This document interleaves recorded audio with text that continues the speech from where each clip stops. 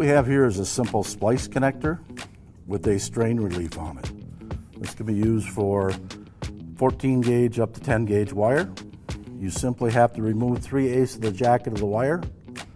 No need to twist the wires together. Just insert them into the connector until they bottom out. Once they bottom out, you twist this similar to a 3M electrical connector. You snug it up,